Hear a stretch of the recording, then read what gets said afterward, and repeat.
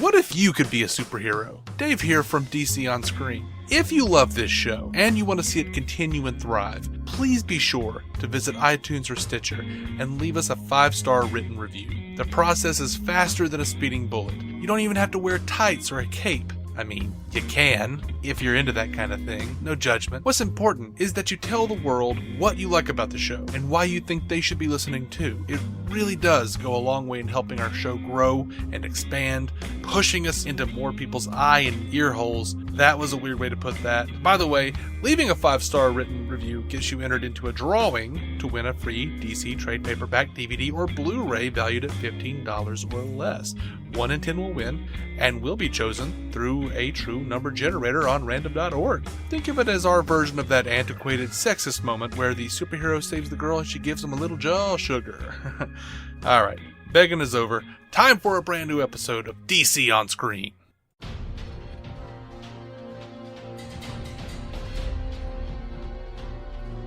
Welcome into DC On Screen, your guide to the DC Universe on film and television. This is episode 292. It is our weekly cinematic episode, the DCEU episode, we most of the time say. Mm-hmm. And if it's been released in the news, we just might be talking about it, so please beware of spoilers. I am your host, David C. Robertson, and I love Cinnamon Toast Crunch. This is my trusty co-host, Jason Goss. What kind of breakfast cereal do you like, Jason? Actually, that's my favorite, too. Really? I mean, I don't know that it's my favorite. Like, I kind of go between that and Peanut Butter Captain Crunch. Yeah. No, there's no other lover to me. I don't actually eat a lot of cereal anymore. It's probably been like a year and a half since I've had a bowl of cereal. Mm-hmm. I'll try to cut sugar out as much as I can. Just a family history thing. So, right. Poor, breakfast cereals had to go, but I miss them. I go through weird spells, like I won't eat cereal, and then all of a sudden, it's like was for lunch and dinner for a month. I can't.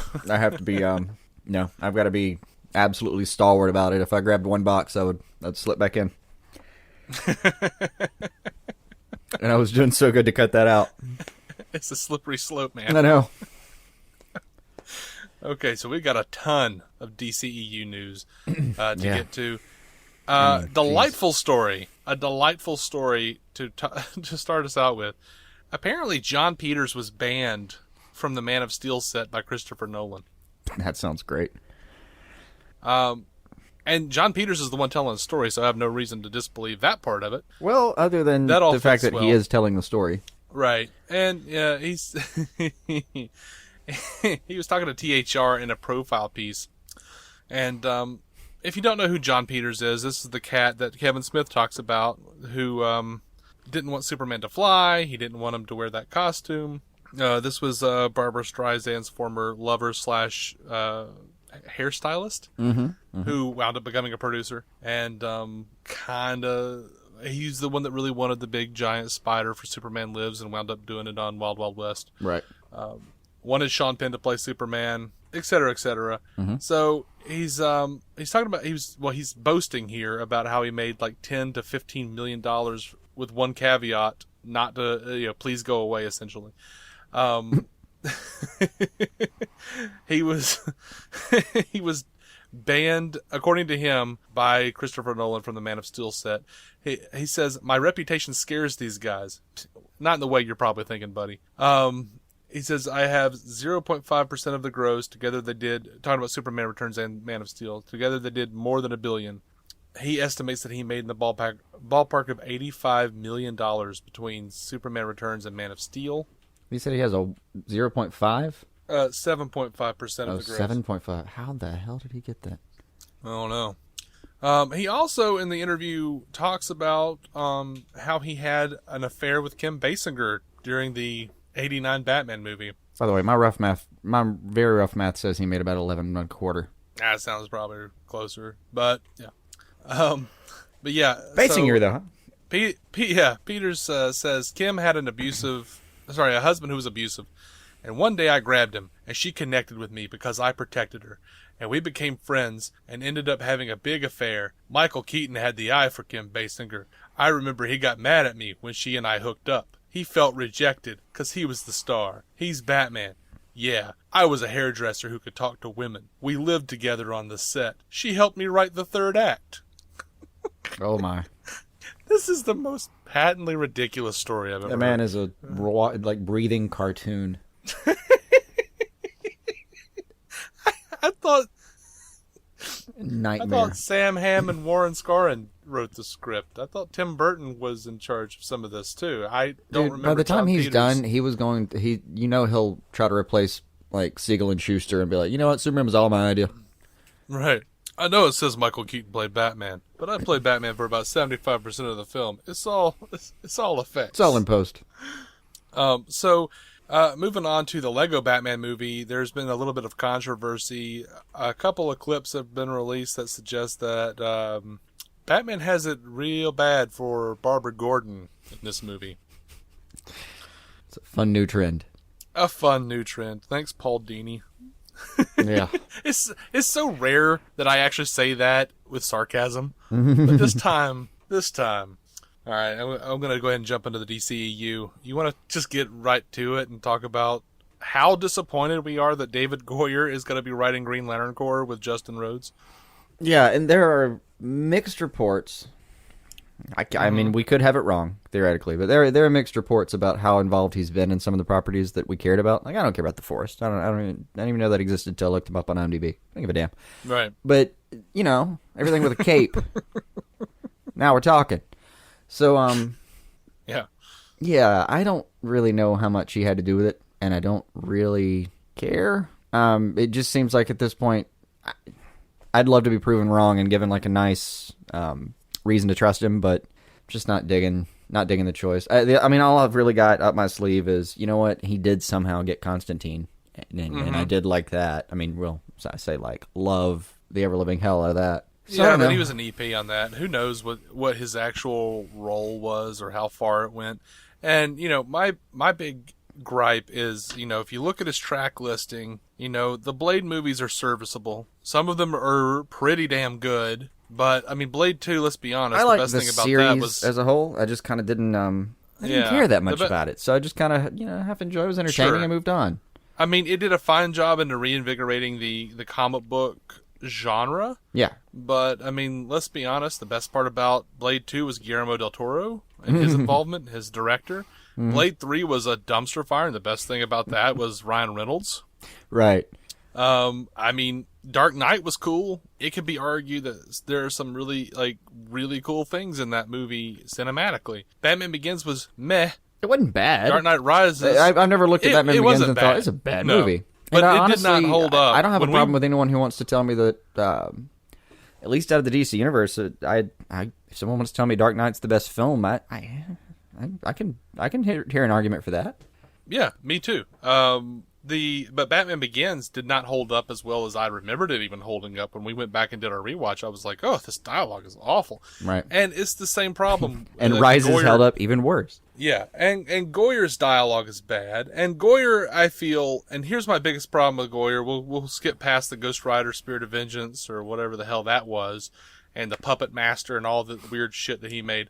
That is my trump card for someone like who says like, no, he's great. Ghost Rider. Ghost Rider. There are a couple of bits, the things that he said in the past that really stick out to me. One is that he hates Martian Manhunter. Yeah, that's just annoying because I really and he love thinks he's Martian. stupid. And Martian Manhunter is a pretty inventive and cool character. And for David Goyer to say that he dislikes him so much, he's like, I'd make him like a alien life form that was grown in a petri dish in a government installation. What? Not digging that. And then to turn around and say that's the man that's in charge of the Green Lantern Corps movie? Yeah. A movie I would suppose would have, several, if not hundreds of aliens involved. He's like the comic book fan. Well, what, there's 3,600 sectors or 72, I can't remember. It's changed, but presumably there's at least 3,599 aliens. Yeah. Goyer, I think, he feels like the guy that's like, the comic fan that's like, well, I like it, but aliens are stupid, so I'd change that. I can't. I don't know. I can't get along with that. Much. I don't know why he's directed or why he's trying to do a Krypton show when he apparently thinks Martian Manhunter is stupid, but Kryptonians aren't. I don't know. But the other thing is that, that famous quote, now infamous quote, that he said, Batman versus Superman is the idea you come to when you admit to yourself that you've run out of all other ideas. Yeah. Yeah, that one's pretty scary. Oh, tell that to Darwin Cook, asshole. Yeah. So I'm not, cashing in. I'm not throwing in the towel. I'm not saying that this guy is absolutely going to ruin this movie. I don't know Justin Rhodes from Adam. I looked at his IMDb. He doesn't have much of anything but a few short films. Yeah, he was an unknown quantity for me. It looks like he's working with Guillermo del Toro, though. He's working with Guillermo del Toro on Fantastic Voyage. That's decent. Of course, Goyer is an executive producer on that, so God help us. Maybe you just get in the orbit, though, and learn some shit anyway. Mm-hmm. But the other part of this Green Lantern Corps movie that bothers me is that it's being described as lethal weapon in space. And that phrase was a little frightening. Yeah. I'm great with it being Hal Jordan and Jon Stewart. You get the best of both worlds, because I love the hell out of Jon Stewart. But I really want to see Hal Jordan, too. Awesome. If they brought in Kyle Rayner, I'd be like, hell yeah, let's do this. Bring in Guy Gardner. If you look up, I want to see all of them. You look up IMDb's description of it right now, and I don't know I don't know the credentials on who wrote this thing, but it actually does list Kyle Rayner and Guy Gardner. Oh, that's so awesome. That's just IMDb. True. You know how they do. Sometimes. Yeah, I know how they do. But yeah, I would love to see those.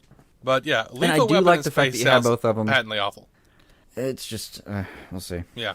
And there's some sort of we'll see. Hey, by the way, open invitation. Anyone who can give me a reason to be excited about Goyer, please go for it. Absolutely. And you know what? I will be excited despite David Goyer. I will be excited if they're talking about Lethal Weapon in space and then they announce that Shane Black is directing. I have heard good things about that. Yeah. At least there's one aspect of Lethal Weapon in space. It might be a funny movie, which would be good because if there's something that we all remember liking about Green Lantern, it was Ryan Reynolds is always as charming as he, is. And, Shane Black directed Kiss Kiss Bang Bang and Iron Man 3. And one thing that I loved about Iron Man 3, despite all the negative press, I actually enjoyed Iron Man 3, especially the parts, and weirdly, especially the parts where Tony and Rhodey were basically it was just Gibson and Glover from Lethal Weapon running around. I enjoyed the hell out of that. That was good. So maybe there's precedent for it being acceptable. I loved the my favorite part of Iron Man 3 that even canceled out the Slattery reveal was definitely the stuff with the panic attacks with Tony. Oh, I love the Slattery reveal though. So I mean, I end up enjoying. I know that's the part that got a lot of people pissed off, but that one didn't bother me at all, and I was deeply taken by the whole storyline of I'm just a guy in a tin can. I mean, yeah, I agree. So quick Iron Man 3 review, guys. Thanks. Right. I don't understand the ire, but hey, I like Batman v Superman. What do you want? Speaking of BVS and Suicide Squad, they are all over the Razzies.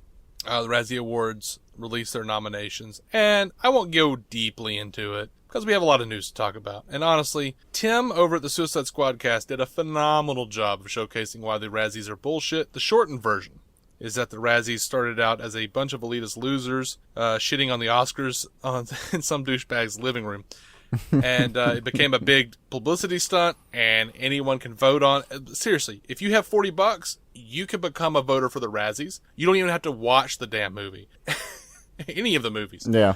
I would have never thought to look into it, so I totally commend and cite Tim for doing so. Go check out their latest episode of the Suicide Squad cast if you want a pretty detailed and interesting jump into what the Razzies are and where they came from. But, honestly, I don't like any award shows. I think they're all bullshit. Even the Oscars, all these people who get nominated, they pay thousands of dollars and then run thousands of dollars worth of campaigns to get nominated. And, who even knows who these people in the Academy are? It's all just horse shit. It's all just marketing. Yeah. Because then you can be like, hey, I can get a few more $1 million because I won an Oscar. And it goes in the back of, I almost said VHS tapes. God, how old am I? Mm-hmm. Anyway. Yep, that's a thing. So Margot Robbie was caught reading a Harley Quinn comic, and apparently that's a big deal.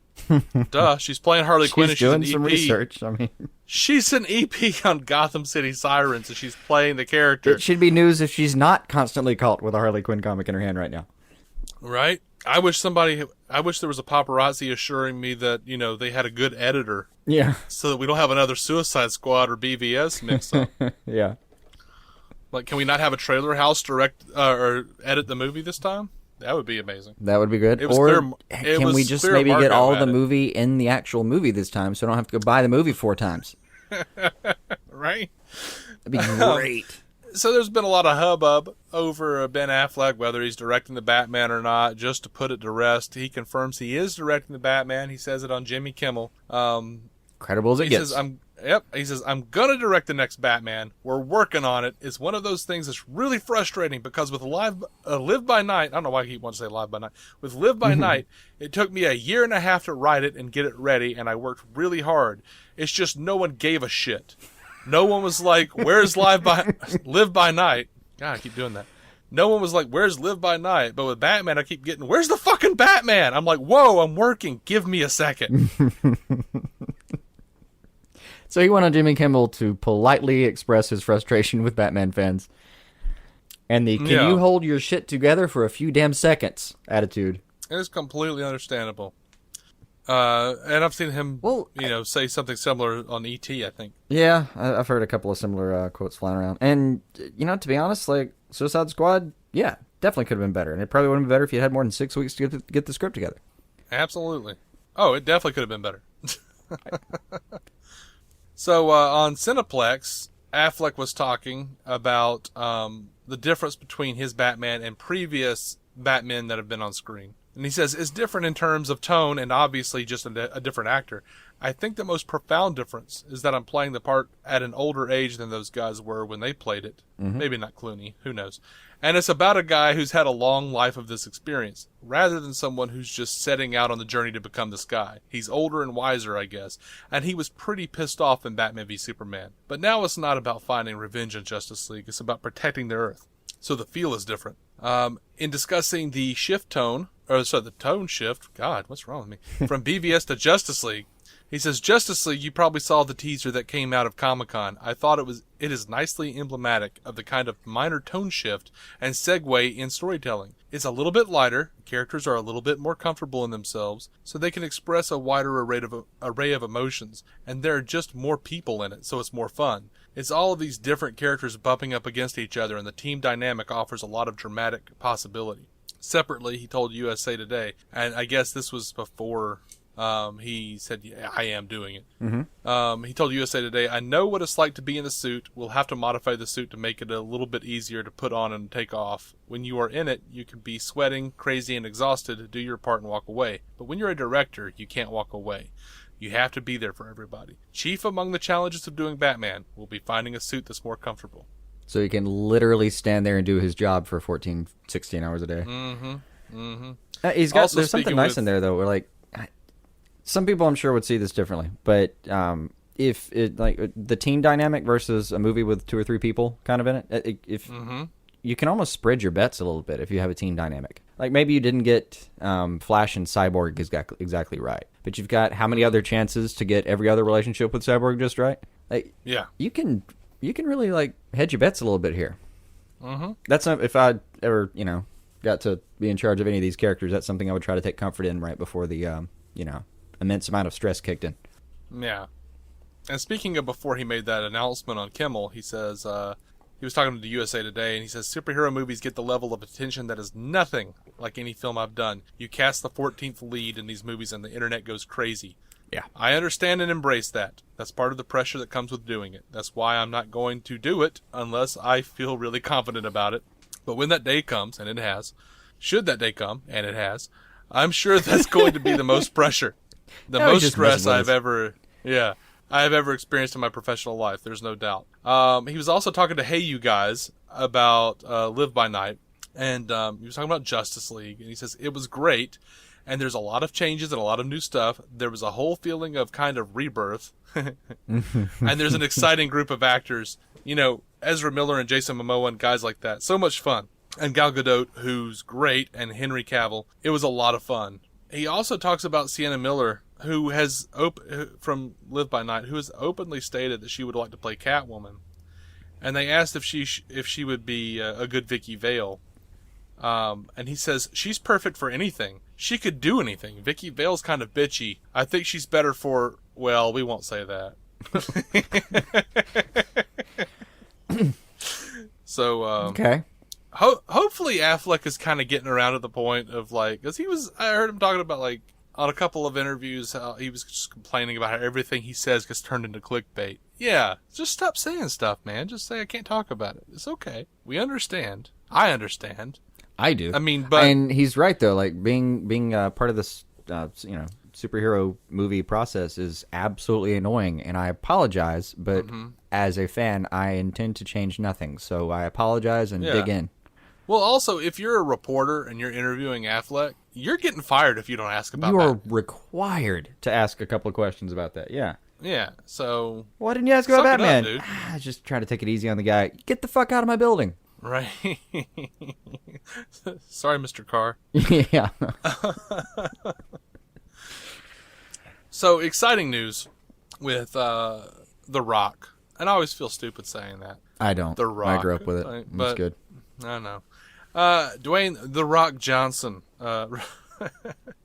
was on Instagram, took a picture of himself next to the DC logo, said, had a very cool and strategic meeting with the heads of DC about their entire universe. As a hardcore DC fan, to get a real sense of the tonal shifts and developments coming in these future movies has me fired up. Something we, as DC fans, have been waiting for a very long time. Hope, optimism, and fun. Even when talking about the most ruthless villain anti-hero of all time finally coming to life. Prepare yourselves, DC Universe. Hashtag kneel at his feet. Hashtag or get crushed by his boot. Hashtag Black Adam. Jeff Johns of DC, of course, tweeted, one of my favorite meetings ever, and he tagged The Rock and Black Adam. And Hiram Garcia, who is a producer and has worked with, he's been a producer on a number of The Rock's movies, including the upcoming Baywatch. Gotcha. I actually saw a little bit of Baywatch's trailer, and it doesn't look that bad. It doesn't look that good either. No, but it's probably one of those movies where, like, I can hang out on a Saturday night, watch it, and go, yeah, it was okay. I laughed. It was one of those where, like, I kind of thought, Zac Efron, man, I mean, I know you're a good actor. I've seen you do good work. Do we really need another movie of you with your shirt off? Do something real. There's something good. A lot of people who would emphatically cry, yes, Dave. Yes, we need another movie with him with his shirt off. He is ripped. And let's face it, he used to call himself electrifying back in wrestling, and I suppose it is just true. I mean, Johnson's just charismatic as hell. Sure. I just find myself enjoying a lot of what he does. Yeah. But yeah, Hiram Garcia said, great meeting today at DC Comics, talking hashtag Shazam, hashtag Black Adam, and more. Big things are coming. Get ready. Now, here's my favorite part. Mm-hmm. The tagline, it looks like the tagline that they've been kind of using here for the movie, hopefully it'll be for the movie, is hashtag just say the word. I totally think they should make that happen. That's pretty cool. I approve. Like Scott was saying, they're on the Squadcast, they were saying they're gonna try to make that the tagline for their show. I don't blame them. That's an awesome, man. Come on, that's awesome. That's pretty great. So I guess I should mention this. I don't want to. All right. But some of this actually came true for BVS and Suicide Squad. So I don't think to the extent that it was presented, but they're saying that Wonder Woman is a mess. Sasha Pearl Raver on the Schmoes Know show said, so I don't want to throw anyone under the bus. We have somebody within our community who has gotten insider information that broke my effing heart this week because I have tremendous belief that Wonder Woman is going to be awesome, and I heard it stinks from the same person who told me that they heard that BVS stinks. The person who I spoke to, their response was, I'm very disappointed in what I saw, and it seems like all the problems are the same problems. It's discombobulated, it doesn't have narrative flow, it's just very disjointed. And there are also from what I can tell, separate rumors that it's the same thing with Justice League. Someone from Batman News, they were saying from Batman News that they heard from their sources that Justice League was a mess. I don't think there's an actual cut of Justice League yet, and I might be wrong, but I'm pretty sure there's not a Justice League cut yet. That would be a quick turnaround. Wonder Woman, I'm sure there's a cut by now. Damn well better have a cut by now. It would not surprise me if it was a mess. It would, and the disappointing part about that would be with the DCU right now, I'm at a point where there are obvious flaws in every film we've seen. Absolutely. But I still mostly enjoyed myself. Mostly Man of Steel, you're going to say. Well, no, actually, really? I was going to say mostly Suicide Squad. Oh, yeah, okay. I think, while it was more fun than, Suicide Squad was more fun than Batman v Superman or Man of Steel. For sure. Had a lot more fun. Had, way more plot problems. Way more editing problems than either. And, even when you're, especially, the extended cut did nothing except put more Jared Leto in the film, really. Yeah. It didn't save it in any way. Not like the ultimate cut of BVS did. It did a lot more for it, sure. I think we talked about that, though. You got a little bit extra flavor, and a couple of things made more sense, but it wasn't just a giant turnaround. But even with the Ultimate Edition of both, now you've still got films that have obvious problems, and you haven't had a home run yet. You haven't had an Iron Man yet. Right. No, nothing in here is nearly as solid as Iron Man. Yeah. So you don't know where you're really you don't know where to put the middle of the tent pole.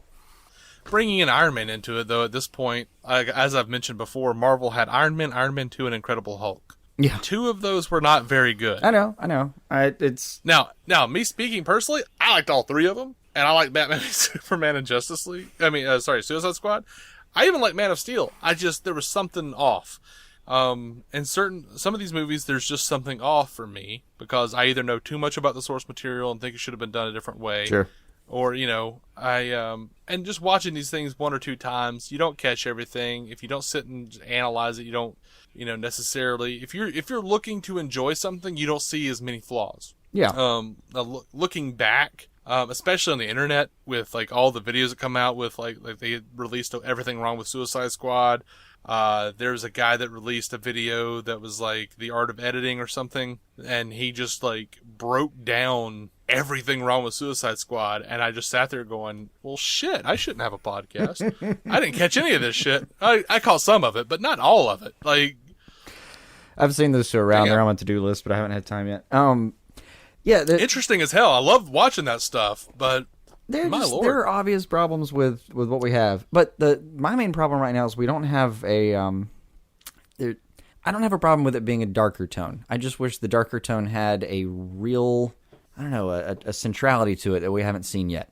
There's not, like I'm saying with the tentpole, you don't know where it is. With Iron Man, I feel like they got a glimpse of this and went, look, no, this is how this works. Mm-hmm. And, the Marvel universe was able to expand, but they knew kind of where their beats were. They knew what their formula was as far as how much spectacle, how much funny, how much heart.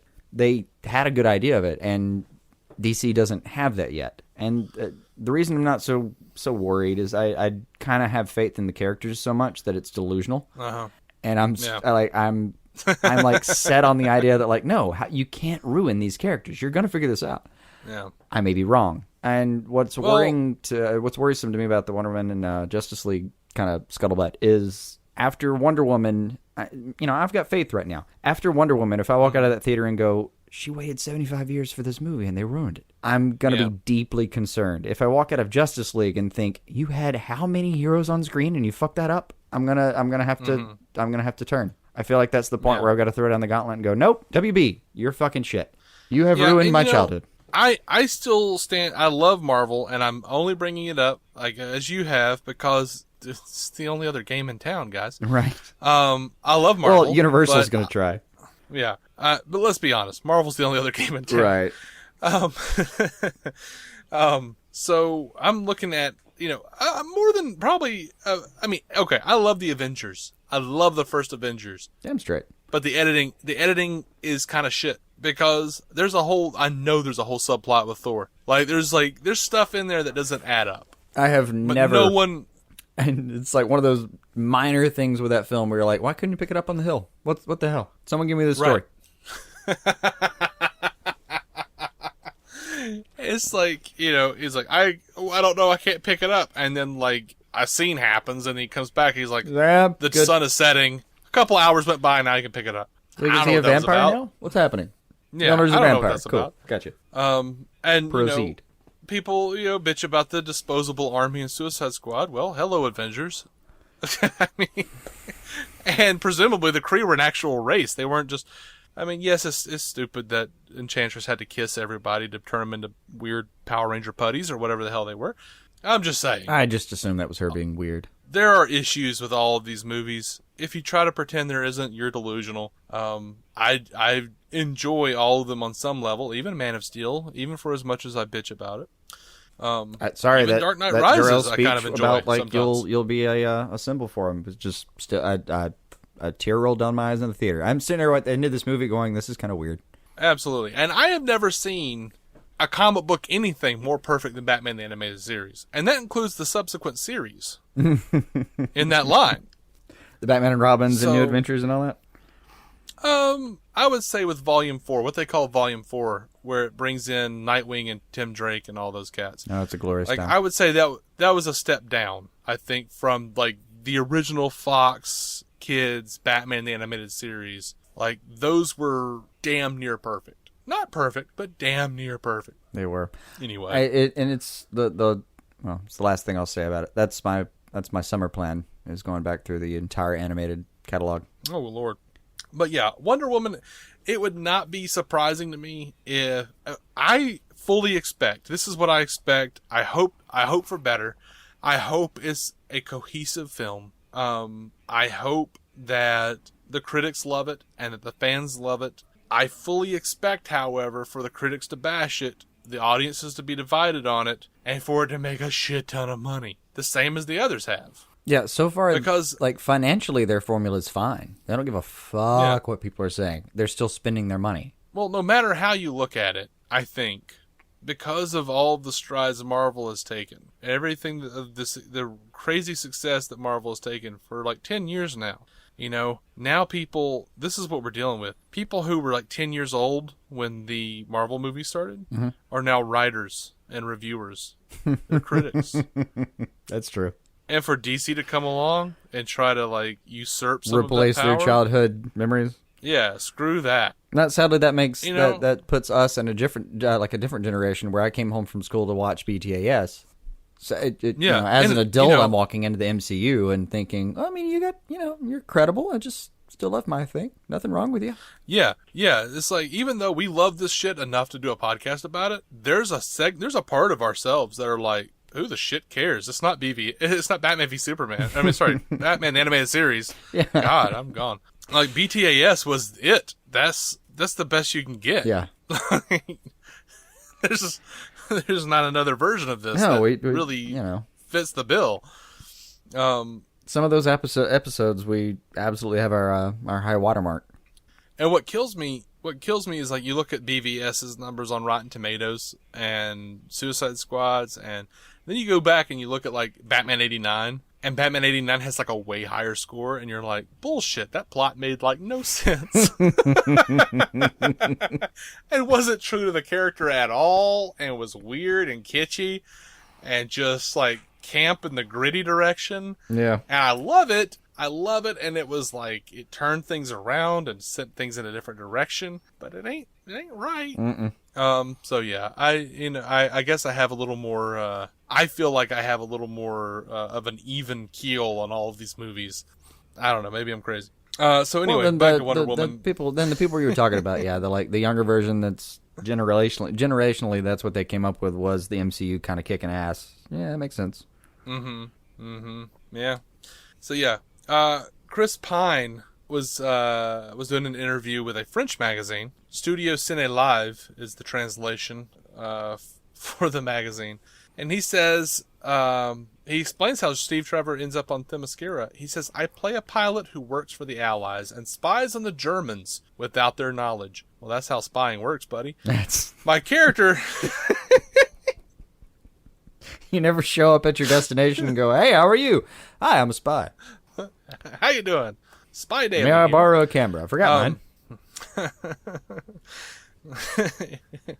My character steals a notebook filled with scientific formulas in an ottoman base. He steals a plane, but it is shot down in the open sea. And in the article, it says, behind these scientific formulas, there is a deadly gas that could well annihilate humanity.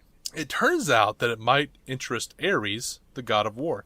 He is jealous of humanity, which is a creation of his father, the deceased Zeus. The Amazons and Zeus rebelled against Ares, and Zeus died at the hand of his son. So there you go. That's some stuff. All right. And I think, was it just a rumor that the, I can't remember her name now. The chick with the mask. Yeah, long forgotten the mask, but okay, yeah. We know that shot. Yeah, the gas would seem to indicate that she is who they said she was. That I can't remember now. Damn it, neither can I. Dr. something. Dr. Gas. Dr. Yeah. Poison or something.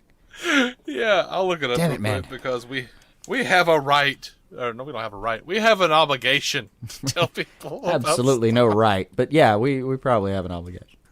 No right, and it's probably not a good thing. Dr. Poison. It was such a dumb name. I forgot it. Dr. Poison from the old Wonder Woman comics. Mm-hmm. So that looks even more like that's who that's going to be. If that was, I don't know, just a rumor. There you go. On to Justice League. USA Today released a high-resolution picture of the Justice League. It looks like they're walking off, or about to walk off of the Flying Fox. It looks like the hatch of the Flying Fox is opening. It's Batman, Wonder Woman, Cyborg, Flash, and Aquaman. I've heard people complain that Wonder Woman looks stiff and wooden in the shot. Maybe she does, maybe she doesn't. She looks like she's just kind of waiting for the damn hatch to come down so she can walk out. Yeah, I didn't see any. I kind of looked and went, great, good power shot. Let's do this. Yeah, Cyborg looks like a beast, though. Doesn't he? Whatever he's getting off that ship to do, he's pissed about it.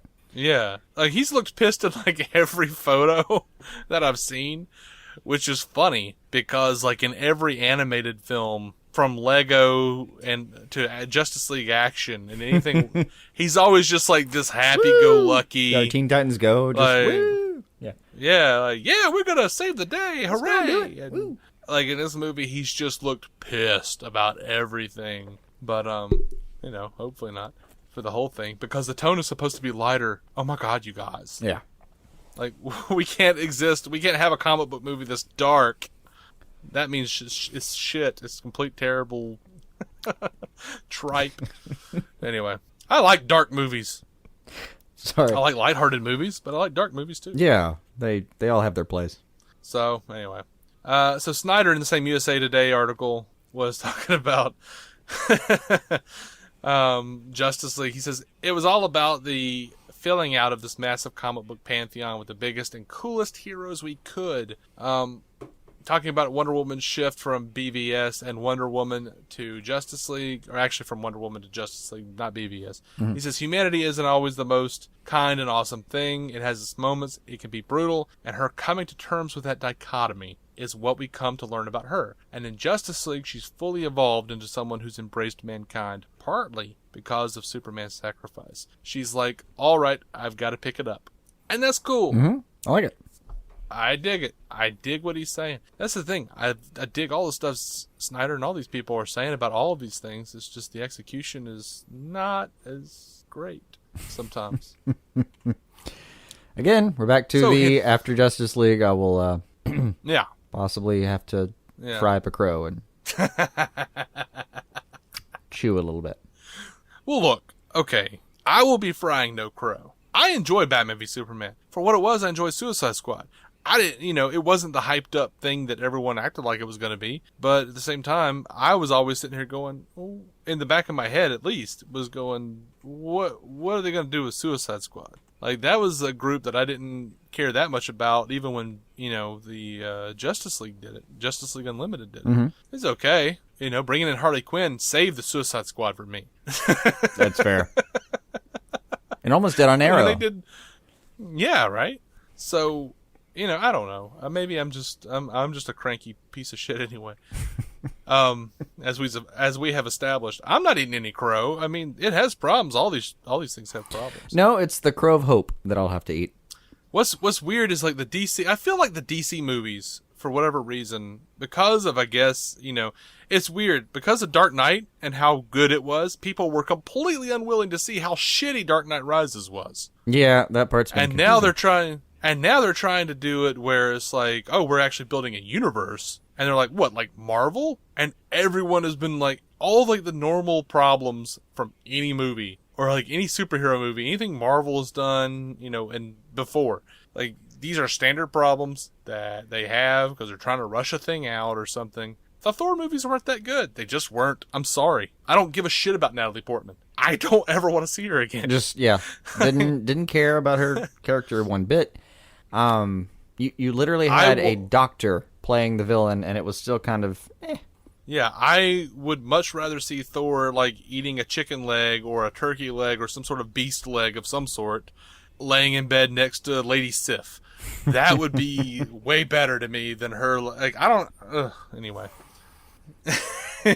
Henry Cavill, getting on with the news. Henry Cavill sent a Justice League care package to Ray Fisher. It was pretty cool looking. He sent a picture of the cast and crew at the Gotham City University set.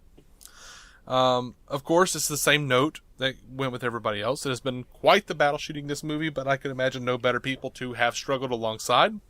Thank you so much for your hard work, tenacity, and great humor. See you next time. It has been an absolute pleasure. He sent the little brand or whatever, the non-belt buckle belt buckle that has the Justice League symbol on it. Right. He also got him the back of his chair. The back of his chair from the Justice League set that had his name on it and the Justice League logo. So nice. That's pretty cool. Fisher says, got a care package stuff with Justice today. Thank you to our awesome crew, to Henry Cavill, and a special thanks to whoever managed to snag the back of my chair. Well done. Can you imagine Cavill just like running around stealing the backs of chairs? Yes. Because I can. In certain ways, he is more Superman than his on-screen counterpart right now. Just so damn optimistic and friendly. Mm-hmm. So Jason Momoa has been talking a little bit. The Hollywood Reporter was talking about his new show, Frontier. And somewhere in there he mentioned that Aquaman, he says, the standalone Aquaman movie, I'm really pumped about it. I start in 4 or 5 months, so a little bit of rest and then back to it. Justice League was amazing, but it's going to be fun to have the arc and talk about this guy's backstory and where he's going. When asked to describe Zack Snyder, Momoa said genius. Nope. There's a word you haven't heard in the media a lot. Yeah. When asked about Aquaman director James Wan, he says they haven't really worked together yet, but that he's met him and he's a sweet man. All right. The Aquaman writer, Will Beal, is talking about the tone of Aquaman. He says, it's going to be fun. It's going to be really fun. What we've come up with, and James Wan especially, he has a really clear idea of the tone he's going to have, and I think Aquaman is one that's going to blow people's minds, not just visually, but I think the story and the scope of it is really great. Cool. I'm still confused about how, because some part of me thinks, like, you're Aquaman, dude. You intentionally don't give a shit about the rest of the world that, I'm theoretically part of in your universe. Well, I think... hold on. So Bill goes on to say, what's interesting is that you couldn't have done it before. You could do Batman in '88, but now you have the technology, and it's going to be cool. Talking about Justice League, he says, I think Justice League again is what you're going to see. I hope I'm not going to get in trouble for saying this, but it's much more fun, much poppier. I haven't seen Wonder Woman yet, but BVS was a little more somber. But Justice League is a lot more fun, and I think that feels to me like the direction those movies are heading now. I think, though, with Aquaman, like with James Wan directing, and I wonder if this wasn't originally the case, that James Wan, because he's done horror movies, I was just wondering, I thought, and they were talking about pre-BVS, like the depths of the sea, the horrors of the ocean, etc., etc. I wonder if they weren't pushing toward a darker tone, and then apparently what they've taken, what DC and Warner Brothers have taken from all this is that dark tones are bad now, which I thought, and a lot of people giving them a lot of shit about it. Me personally, I kind of thought, no, the problem was the editing. The problem was Warner Brothers putting their mitts into the cookie jar. Mm-hmm. Of course, Warner Brothers, and they don't understand that. But, no. Whatever. But my hope and my thought on it is that Aquaman doesn't care, but he cares. Like, he's annoyed with surface dwellers. Yeah, he just kind of begrudgingly cares. Yeah. It to me, it has a Constantine-ish kind of feel. Where, like, It's like how I don't like children, but I wouldn't want to kill them. Sure. I would save them if I could, you know. I don't want to hear you crying about your juice box or whatever, but I'll, you know. But, you know, bus is coming. Yeah, I'll get in the way, I guess. It would break my heart if you died. So, you know. I just, there's a part of me that remembers Aquaman as a guy that, like, kind of intervenes in the surface world, mostly because if they get too out of control, it'll fuck with the thing that like the 70% of the world that he's actually in control of. Like, he almost does it as a preventative, like a stitch in time saves 9 kind of deal. Like, rolls his eyes and goes, "Oh God, I'll fucking help you," I guess. Yeah. Yeah, or maybe he just puts himself in that role. Like, man, if it was me, I'd really want this. I'd really want me to help. So yeah, all right. If it was my people, I'd want you guys to help, even though I know you wouldn't. You pieces of shit. And you can't, because most of you can't breathe water. But yeah, like if my people were in trouble and I asked you for help, you would be like, sure, and then you would dump oil in the ocean. Right. You While assholes. the 4 of you that can actually help down here try to help, 600 of you are going to go dump fucking toxins into my sea. But whatever, I'll come help you. And even though even though I come up and be like, "Hey, man, what the hell?" You're gonna be like, "What? Fish don't feel pain." Anyway, so Jason Momoa was actually talking to the Hollywood Reporter, and there was some pretty interesting stuff he said. He says he was talking about how Aquaman has changed his life and his career, and he says, "I haven't been an actor who's been able to pick and choose roles. And being a family man has been about putting food on the table. This has been the best moment of my career, because the superhero roles are letting me get the other roles I want." Now, this I did not know. He apparently knew. They knew that he was going to be Aquaman since like 2012. Okay, that actually verifies his point, though. Like, they just took it as a, I don't know, foregone conclusion that, yeah, that guy will have to take the role. We'll offer it to him. Mm-hmm. I do remember a nice little bit where he walked in and thought they wanted him for Lobo. Yeah. Yeah. When Zack Snyder first wanted to talk to him. But yeah, he says, "I was trying to get any role I could and not having much luck. So knowing what your future is going to be in the next 5 or 6 years and having to keep your mouth shut is brutal." So apparently he was like getting turned down for shit, even though knowing that he was Aquaman, but not being able to say.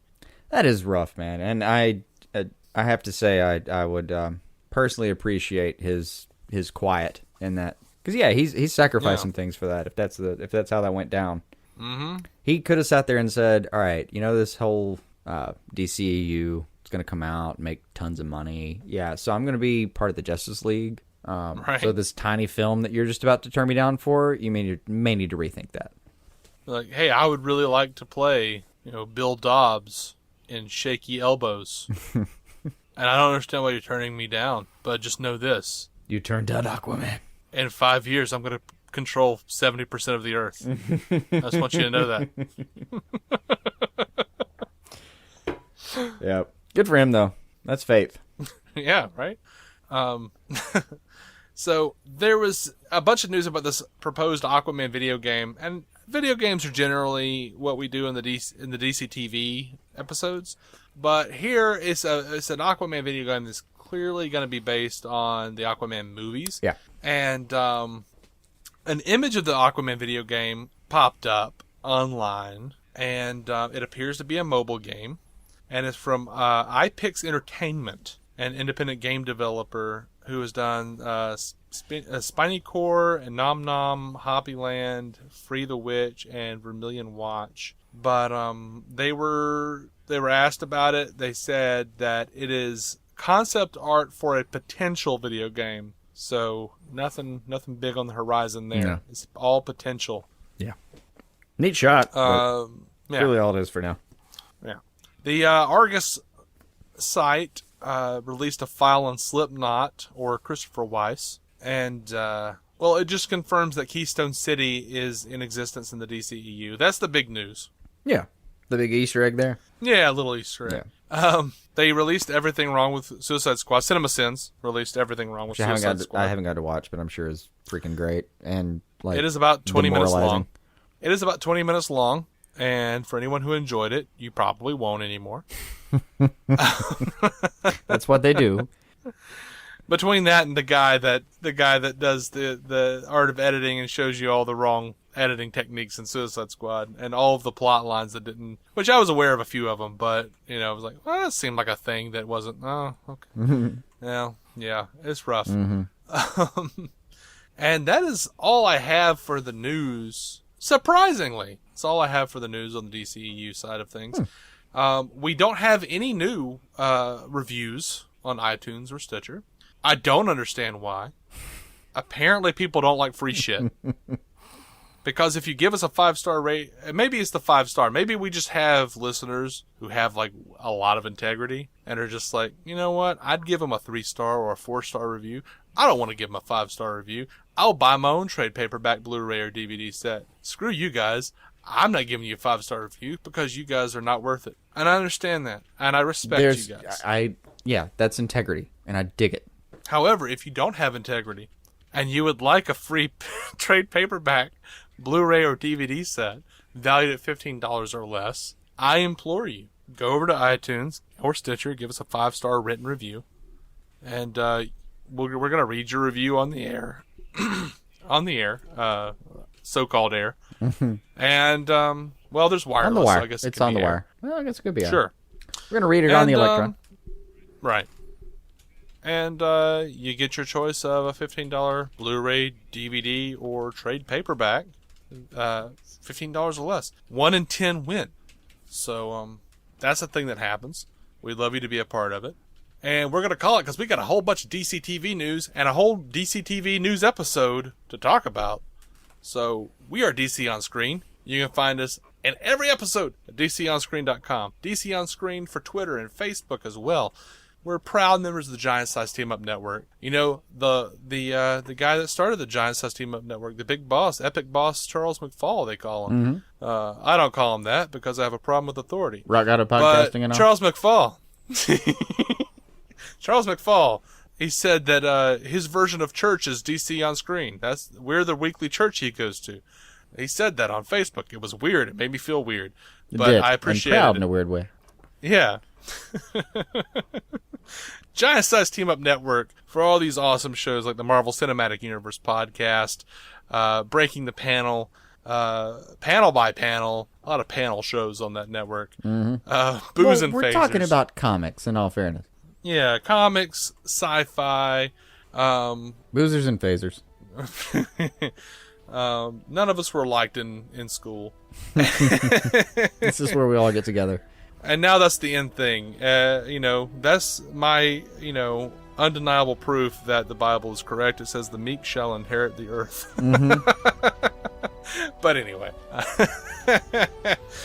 We're going to be coming right back. And until next time, guys, keep some DC on your screen.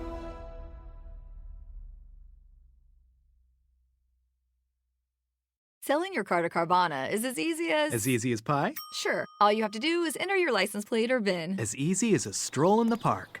Okay, then just answer a few questions and you'll get a real offer in seconds. As easy as singing. Why not? Schedule a pickup or drop-off and Carvana will pay you that amount right on the spot. As easy as playing guitar. Actually, I find that kind of difficult. But selling your car to Carvana is as easy as... Can be. Visit Carvana.com or download the app to get an instant offer today.